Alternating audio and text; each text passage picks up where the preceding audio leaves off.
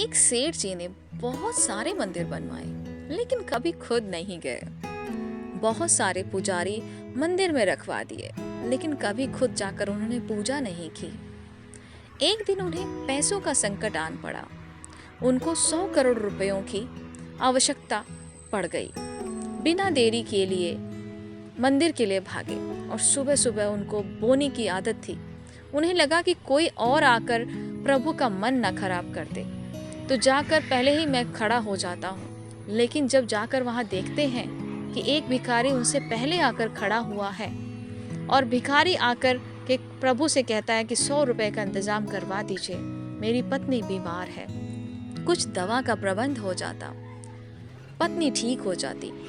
सेठ जी का दिमाग खराब हो गया कि आकर के ईश्वर का मन खराब कर रहा है। सुबह सुबह 100 रुपयों के लिए बिना देरी किए जेब से निकालकर 100 रुपए भिखारी को दे दिए और कहा, चलो निकलो। भिखारी ने भगवान को प्रणाम करके कहा, क्या बात है, आपने तो पहली बार में ही मेरी प्रार्थना स्वीकार कर ली। और अब सेठ जी का नंबर आया। सेठ जी कहने लगे, भगवान 100 करोड़ रुपयों का इंतजाम करवा दीजिए, 100 करोड़ रुपयों का इंतजाम करवा दीजिए।